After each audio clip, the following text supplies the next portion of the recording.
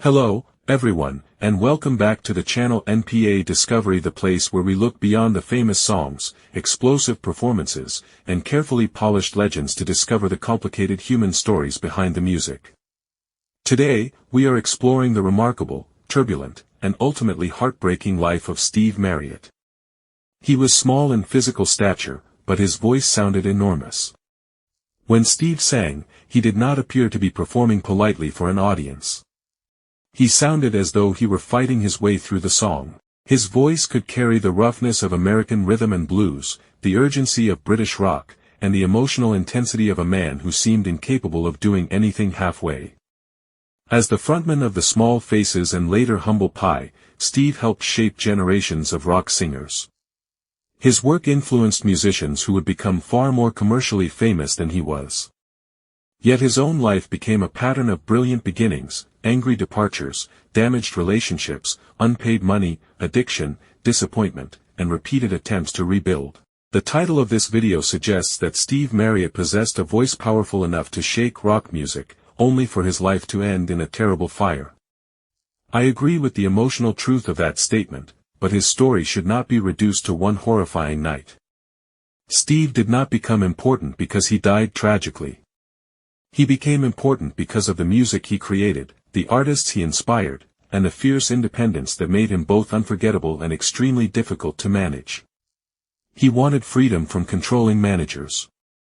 Then he struggled to cooperate with bandmates. He wanted independence from the commercial music industry.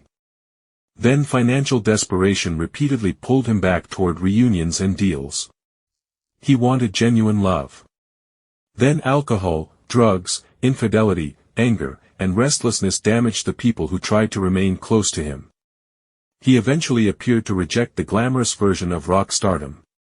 He preferred smaller venues, more direct performances, and a life in which he could control the work. But control remained the central problem. Steve wanted control over his music. He often lost control over himself. That contradiction defined much of his life.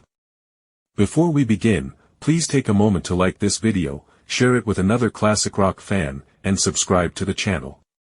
Your support gives us the motivation to continue creating detailed documentaries about the artists whose private journeys were often much more complicated than their public achievements. Now, let us return to post-war England, to a premature baby who spent the first weeks of his life in a hospital, a mischievous child fascinated by music, and a young performer who would experience professional success before he was old enough to understand its cost. Steve Marriott was born in Essex in January 1947. According to the source, he arrived approximately 3 weeks early and developed jaundice, requiring several weeks of hospital care. His beginning was physically fragile. But the child who returned home did not remain fragile for long. Steve grew into an energetic, mischievous boy who constantly searched for excitement. The same intensity that later made him magnetic on stage appeared early as restlessness. Some children adapt easily to structure. Others seem to experience every rule as an invitation to test its strength. Steve belonged to the second group. This temperament can be difficult for families and teachers, but it can become powerful in creative work. The child who refuses to sit still may become the performer who refuses to let an audience become bored. Energy itself is neutral. With direction, it becomes drive. Without direction, it becomes chaos. Steve's life would repeatedly move between those two possibilities. Music offered the first meaningful direction. His father, Bill, played piano in pubs. Watching him perform gave Steve an early model of what music could do. A pub performance was not an elegant concert. It was immediate and social. The musician had to hold the attention of people drinking, talking, laughing, and moving around the room. The performer could not depend on silence. He had to create it. Steve learned that music could transform an ordinary environment. A room filled with unrelated people could suddenly move together because of rhythm, melody, and personality. That discovery became addictive long before substances entered his life. Music gave Steve attention. It also gave him authority. When he performed, adults listened. Steve's departure from the Small Faces can be viewed as courageous. He was leaving a successful band because the work no longer felt alive. Many artists remain inside profitable groups for years after the creative relationship has died. They protect income and reputation while privately resenting every performance. Steve refused that future. But courage and impulsivity can coexist. The timing of his exit caused unnecessary damage. He could have completed the show, discussed the future privately, and created a professional separation. Instead, he transformed disagreement into public rupture. Why? Part of the answer may lie in his personality. Steve seemed to require decisive gestures when feeling trapped. A gradual exit leaves room for persuasion. A dramatic exit makes return more difficult.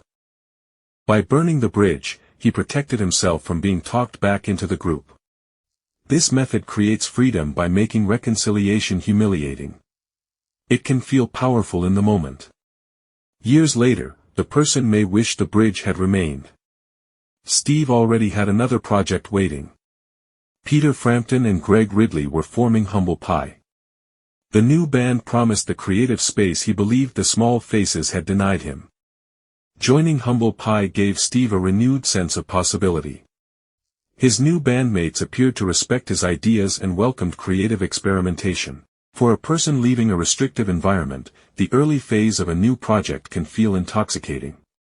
Everyone listens. Nothing has become routine. The future appears open. Steve's voice became increasingly central to the band. Management recognized his power as a frontman and encouraged him to occupy more of the spotlight.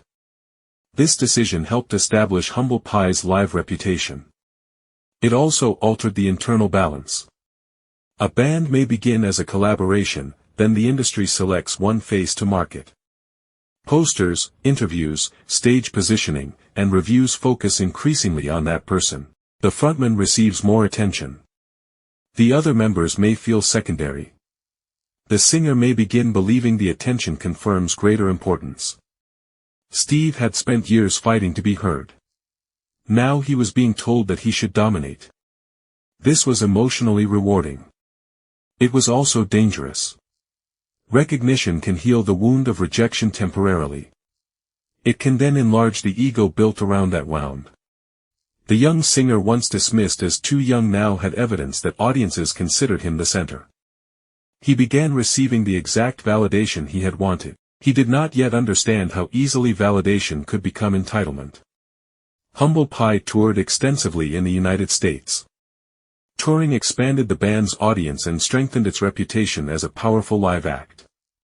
It also exposed Steve to a lifestyle of constant movement, limited sleep, easy access to substances, and people willing to satisfy the needs of a rising rock star.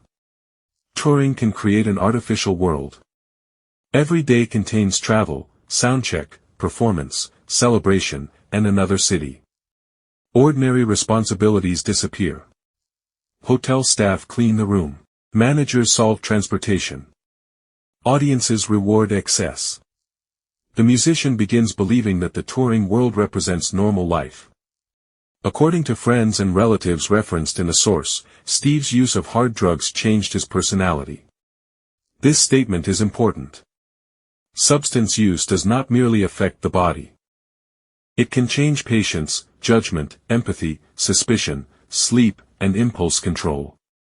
The person may still look familiar. The people close to him feel that someone else has taken over. Jenny remained beside Steve for years but eventually concluded that she could no longer watch him destroy himself. Their marriage ended in 1973. This should have been a warning. Instead, the loss intensified his deterioration.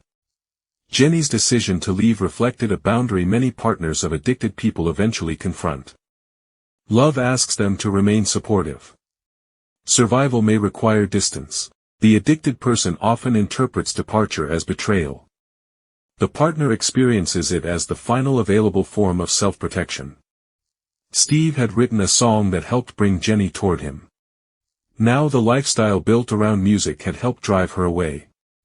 This contradiction should not be romanticized. The pain of a failed marriage can deepen addiction, but addiction may already have created the conditions for the failure. The person says, "I use substances because she left." The partner says, "I left because the substances changed him." Both describe part of the cycle. Steve did not respond to the divorce by slowing down and seeking stability. The source describes him becoming increasingly hostile and authoritarian within Humble Pie. Grief, ego, exhaustion, and substance use may all have contributed. Explanation does not excuse the impact. Bandmates faced a leader who had once demanded creative freedom and now appeared unwilling to extend similar freedom to them. The rebel against control was becoming controlling. This is one of the deepest ironies in Steve's life. People who have been dominated sometimes reproduce domination when they finally gain authority. By the mid-1970s, tensions within Humble Pie had become severe. Steve's role at the center of the group had grown, but so had conflict. The band separated in 1975. Another major project had begun with hope and ended through exhaustion, ego, and damaged relationships. Steve had now left the Small Faces and lost Humble Pie. The pattern was becoming visible. He entered a group seeking creative belonging. Success increased pressure. Authority became contested. Conflict escalated. The group ended. It would be too simple to blame Steve entirely for every breakup. Bands are complex systems containing multiple personalities, financial pressures, and changing goals. But Steve was the recurring figure. At some point, repeated endings require self-examination. If every manager is dishonest, every bandmate limiting, and every partner unable to understand, the individual must ask whether he is contributing to the pattern. Steve did not appear ready for that level of sustained examination. He moved toward another relationship. Steve became involved with air hostess Pam Stevens. The relationship developed quickly. They had a son, Toby, and married. Parenthood offered another opportunity for stability. A child creates responsibility that exists beyond musical ambition. But children do not automatically transform destructive adults. The idea that parenthood will cure addiction or selfishness is unfair to both the parent and child. Change requires deliberate work. Steve's financial position also deteriorated. Money earned through successful bands had dwindled. The musician who had performed internationally and influenced future stars struggled to survive. According to the source, he became so financially desperate that he stole vegetables from a neighboring field. The image is striking. A man who had attended parties with famous musicians and fronted major bands was now taking food from a field. Fame had created visibility without lasting security. Poor contracts, spending, addiction, industry disputes, and unstable work all contributed to the decline. Steve's story demonstrates the difference between earning money and building financial stability. Artists may receive large payments during successful periods. Without ownership, planning, and trusted guidance, the money disappears. Steve had strong reasons to distrust the music business. Management disputes had affected the Small Faces. Royalties had become a source of conflict. Commercial expectations had restricted creativity. Yet he remained financially dependent on the industry. This is an agonizing position. The artist rejects the system morally but needs it materially. He may say that fame does not matter, then accept a reunion because rent and food do. This does not make him a hypocrite. It shows how limited the available options have become. When an offer arrived to reunite Humble Pie for substantial money, Steve accepted. The reunion may have carried some genuine hope. It also provided financial rescue. Reunions are often promoted as emotional restoration. In reality, they may be business arrangements built on nostalgia. The audience wants the old chemistry. The musicians may no longer be the people who created it. Past conflicts remain beneath the new contracts. Substance use and health issues do not disappear because the original name returns to the poster. Steve needed the reunion to work. Then a physical injury contributed to another collapse. In 1981, Steve injured his wrist after slamming it in a door. The source does not provide every circumstance surrounding the incident. The result was clear: he could not continue functioning normally with the reunited band. For a guitarist, a wrist injury threatens both income and identity. A singer may continue vocally, but the instrument has been part of physical expression since childhood. The renewed Humble Pie arrangement quickly fell apart. Once again, Steve found himself without the professional structure he had hoped would restore stability. This moment forced him to look backward. He thought about Ronnie Lane, one of the earliest and most important musical partners of his life. Time had changed Ronnie dramatically. He had been diagnosed with multiple sclerosis and was using a wheelchair by the time they reunited. The meeting placed Steve face to face with mortality, regret, and unfinished friendship. The reunion between Steve and Ronnie was emotional. The source describes tears and apologies. This moment matters because it revealed that Steve was capable of reflection and remorse. He had not forgotten the importance of the Small Faces friendship. Years of conflict, bands, marriages, and drugs had not erased the original bond created over rhythm and blues records. They discussed performing together again. The possibility offered emotional repair.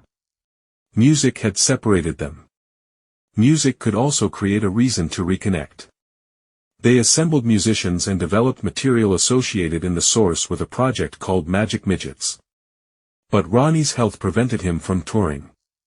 The collaboration could not become the full restoration they imagined. This is one of life's cruelest patterns. People postpone reconciliation because they assume time remains. When they finally return, illness or circumstance makes the original future impossible. The apology still matters. Repair does not become meaningless because it arrives late.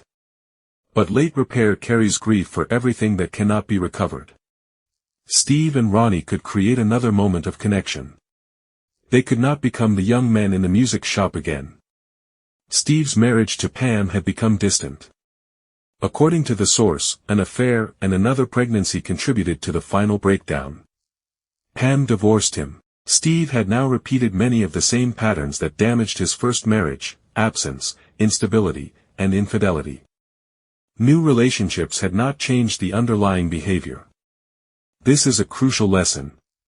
Changing partners does not automatically change relational skill. The person may experience the beginning of each romance as proof that the previous partner was the problem. Then the same dishonesty, restlessness, or self-destruction reappears. The repetition reveals that the unresolved element travels with the person. After the divorce, Steve moved in with his sister. The return to family suggested both financial and emotional decline. He was no longer living the idealized life of a rock star. But music still refused to release him. He formed Packet of Three and continued performing. The scale was smaller. For Steve, smaller may have started to feel more honest. Steve Marriott's life began with physical fragility. He was born prematurely, spent his first weeks under medical care, and then became a child filled with almost uncontrollable energy. That energy carried him toward instruments, stages, acting, and eventually rock music. He possessed a voice that seemed too large for his body and too emotionally intense for polite entertainment. He did not merely sing songs. He attacked them. He pleaded through them. He allowed rhythm and blues to move through a young English performer with startling force. That voice helped create the Small Faces. It gave Humble Pie much of its live power. It inspired performers who would go on to fill arenas, sell millions of records, and receive levels of recognition Steve never consistently enjoyed. He achieved his childhood dream. He became a rock star. Then he discovered that becoming a rock star did not feel like the dream. The business contained exploitation. The money did not remain secure. Creative partnerships became political. Managers wanted control. Bandmates wanted compromise. Audiences wanted familiar songs. The industry wanted a product capable of repeating success. Steve wanted freedom. But freedom is not simply the absence of a manager. It is the ability to govern yourself. This is where his life became tragic long before the cottage fire.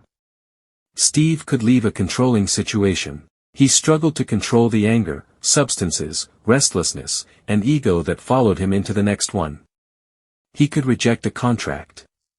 He could not always reject the drink placed in front of him. He could walk away from a band that felt restrictive. He struggled to remain faithful to people who loved him. He could create the emotional force of Tin Soldier. He could not guarantee emotional safety inside marriage. He could apologize to Ronnie Lane. He could not recover all the years pride and conflict had taken. His story forces us to reconsider what freedom means. A person may believe he is free because no one can tell him what to do. But if alcohol controls his decisions, he is not free. If anger determines every departure, he is not free. If fear of exploitation makes healthy cooperation impossible, he is not free. If the need for immediate excitement destroys every stable relationship, he is not free. Real freedom requires discipline. That may sound less romantic than walking off stage. But discipline allows a person to continue creating without destroying the life that supports creation. Steve's refusal to compromise helped protect his artistic identity.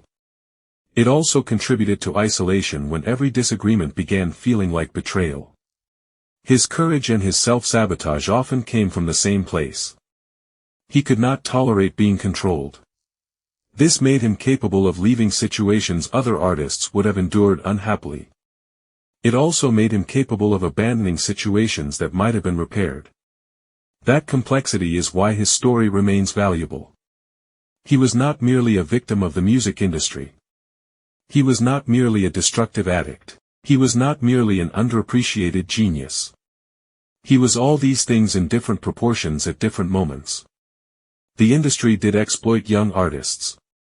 Steve did make harmful choices. The music was genuinely important. The relationships were genuinely damaged. The regret was real. The reconciliation was real.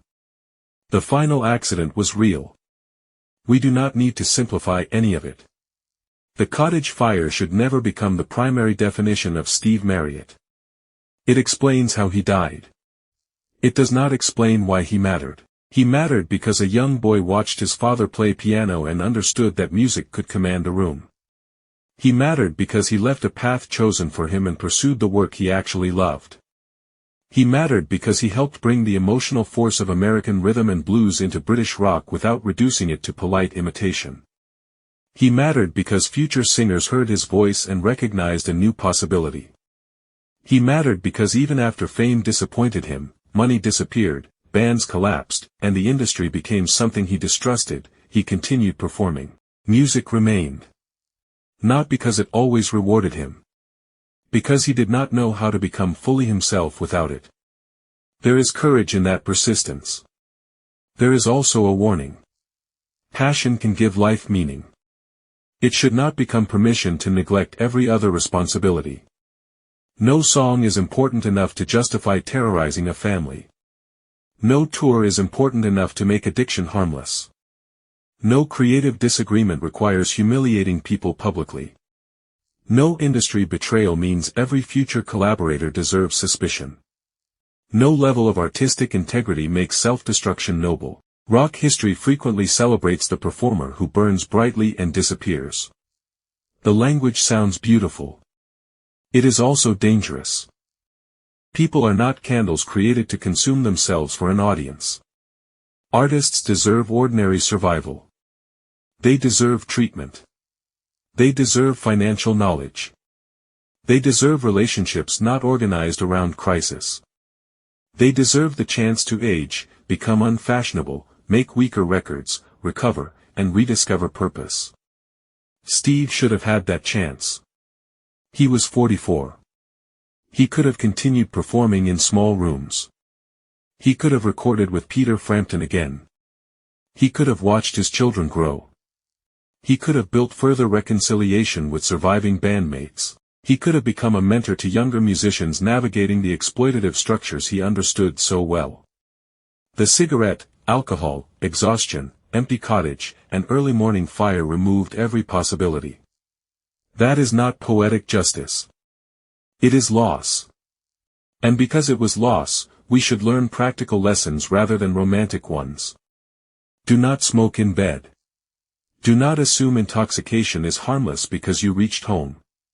Do not leave a person too impaired to protect himself without considering the danger.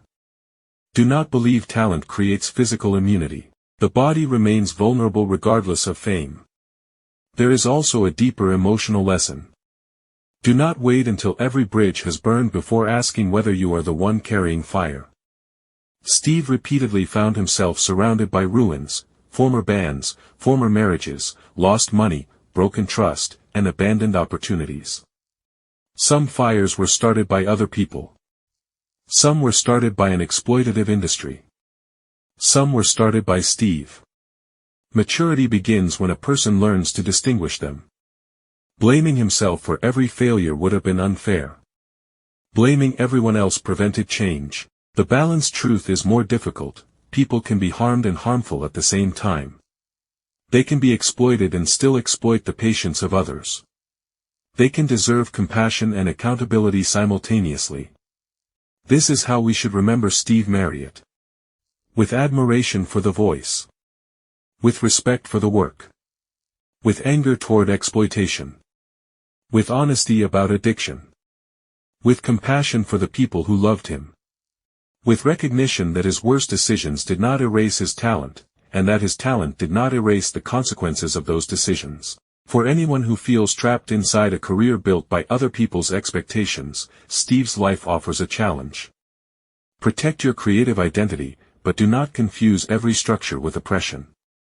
Learn the contract. Understand the money. Build multiple sources of support. Do not allow one manager to control every part of your future. But also learn how to remain in a room when someone disagrees with you. A healthy boundary says, I will not accept exploitation. An unhealthy reflex says, I will leave whenever I am not obeyed. The difference can determine whether independence becomes a sustainable life or permanent isolation. People are not candles created to consume themselves for an audience. Artists deserve ordinary survival. They deserve treatment. They deserve financial knowledge. They deserve relationships not organized around crisis. They deserve the chance to age, become unfashionable, make weaker records, recover, and rediscover purpose. Steve should have had that chance. He was 44.